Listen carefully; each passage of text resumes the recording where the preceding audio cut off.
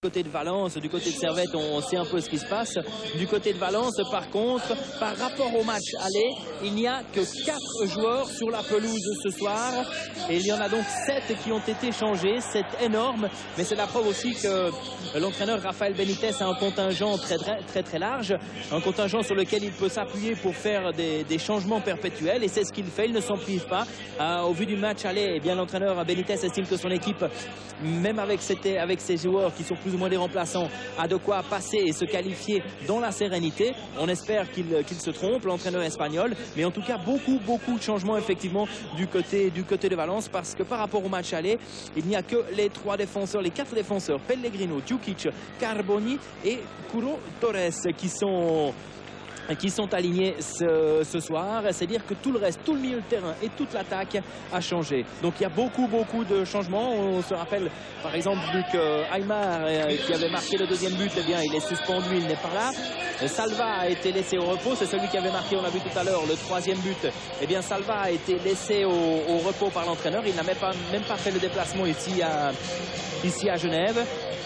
Aymar, entre nous soit dit, avait fait exprès de prendre un 3e carton jaune de manière à purger son match de suspension ici au Charmy et d'être prêt pour le prochain tour, les quarts de finale, où le vainqueur de cette double confrontation eh bien, rencontrera soit l'Inter de Milan, soit l'AEK Athènes.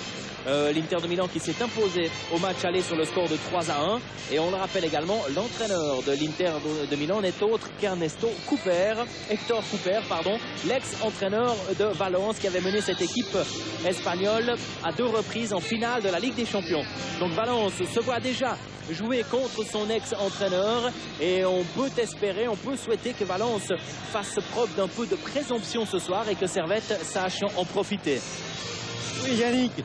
Simplement, on va vous laisser le manche puisque les équipes sont rentrées sur le terrain. Simplement une chose, j'ai été en Espagne hier et du côté des Espagnols et même du côté de clubs comme la Corogne, on dit que Valence est la meilleure équipe d'Espagne à l'heure actuelle. C'est quand même un signe et ça veut dire que pour Servette, ce sera extrêmement difficile ce soir.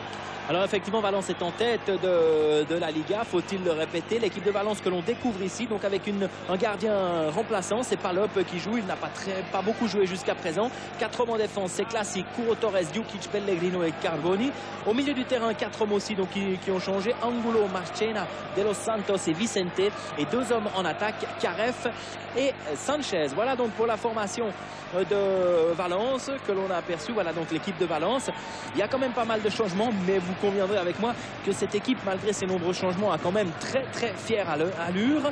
Et puis du côté de Servette, eh c'est la formation alignée faite par l'entraîneur Lucien Favre avec les moyens du bord. Preda dans les buts, 4 hommes en défense. Jacquet qui peut revenir, qui n'a pas joué contre Zurich et qui s'était blessé au match aller. Wolf, Mieville qui prend la place d'Hilton blessé, et Bas à gauche qui prend pour sa part la place de Fournier suspendu. Au milieu du terrain, 4 hommes également, Marcelo, Lonfa, Lombardo et Obradovic, c'est-à-dire que c'est un milieu de terrain assez offensif avec Marcelo d'un côté et Obradovic de l'autre. Et puis le championnat, Servette a déjà fait une très bonne affaire dans le premier match de ce tour final en s'imposant sur le score de 2-0 à Zurich, mais il faudra confirmer dimanche ici même face à Lugano. Lugano, équipe meurtrie elle aussi, puisqu'elle a perdu à domicile contre Bâle. Pellegrino devant Marcelo. Et un ballon récupéré par Marcelo avec un peu de réussite. Il la provoque, la réussite. Frey! Oh non, c'est pas vrai! Oui, quand même, Robert! Ah, il le méritait, les Servettiens. La reprise de Frey et Palop, comme par miracle, qui se trouve sur la trajectoire. Heureusement, Robert avait suivi 37e minute. But archi mérité pour les Servettiens. Regardez la reprise de Frey. Et Palop, la balle lui frappe la poitrine. Et c'est finalement Robert. Alors, cacahuète. Et derrière, cette fois-ci, Robert n'a laissé aucune chance. Mais vraiment, Servette n'est pas béni des dieux. Heureusement que Robert a surgi. 37e minute, égalisation, 1-1.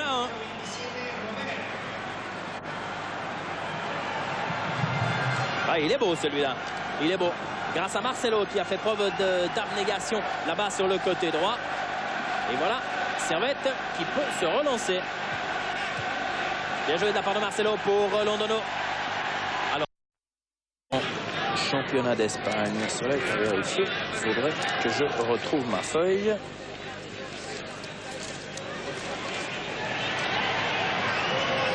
Juan Sanchez, oh Angulo, il a le but ouvert. Oui, alors la réplique a été très sèche. La réplique a même été cinglante du côté espagnol. Angulo, une rupture très rapidement menée. Angulo oublié là sur le côté gauche de la défense. Regardez.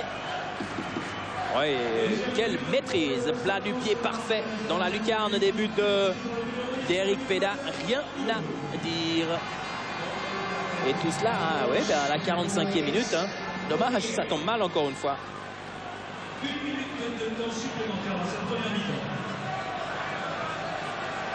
Angulo qui avait été idéalement servi par Juan Sanchez. Mais rien à dire, si ce n'est applaudir des deux mains parce que tout le mouvement était quand même pas mal du tout du côté espagnol. Ouais, bien joué là-bas pour Marcelo qui peut s'échapper encore, qui peut centrer pour Robert. Mais c'est pas vrai, mais c'est incroyable, c'est incroyable. Seulement un peu, seulement un petit peu. Come l'hai vissuta questa partita? Robert. Attention à Robert, Frey cette fois-ci il est en bonne position. Oui, il marque. Excusez-moi Michel, 22e minute. Peut-être que le jugement d'Amedeo Carboni va changer. Pour l'afition de Suisse, c'est un bon parti. Parce que le Servette, c'est une bonne équipe, non? Nous avons venu ici pour gagner, mais c'est possible. Le Servette, il a empaté. Ouais. Servette peut encore gagner ce soir? Non, il peut gagner, mais nous devons passer les prochains matchs. D'accord, merci. Grazie, Amedeo. On revoit le service de Robert pour Frey. Et sur le premier but, c'était l'inverse. Frey-Robert. C'est un juste retour des choses que Frey marque ici, 2-2. Et au moment où Servette semblait peut-être marquer un petit peu le pas, eh bien, c'est un but qui tombe à pic pour relancer les affaires servettiennes. Oui, la victoire est toujours...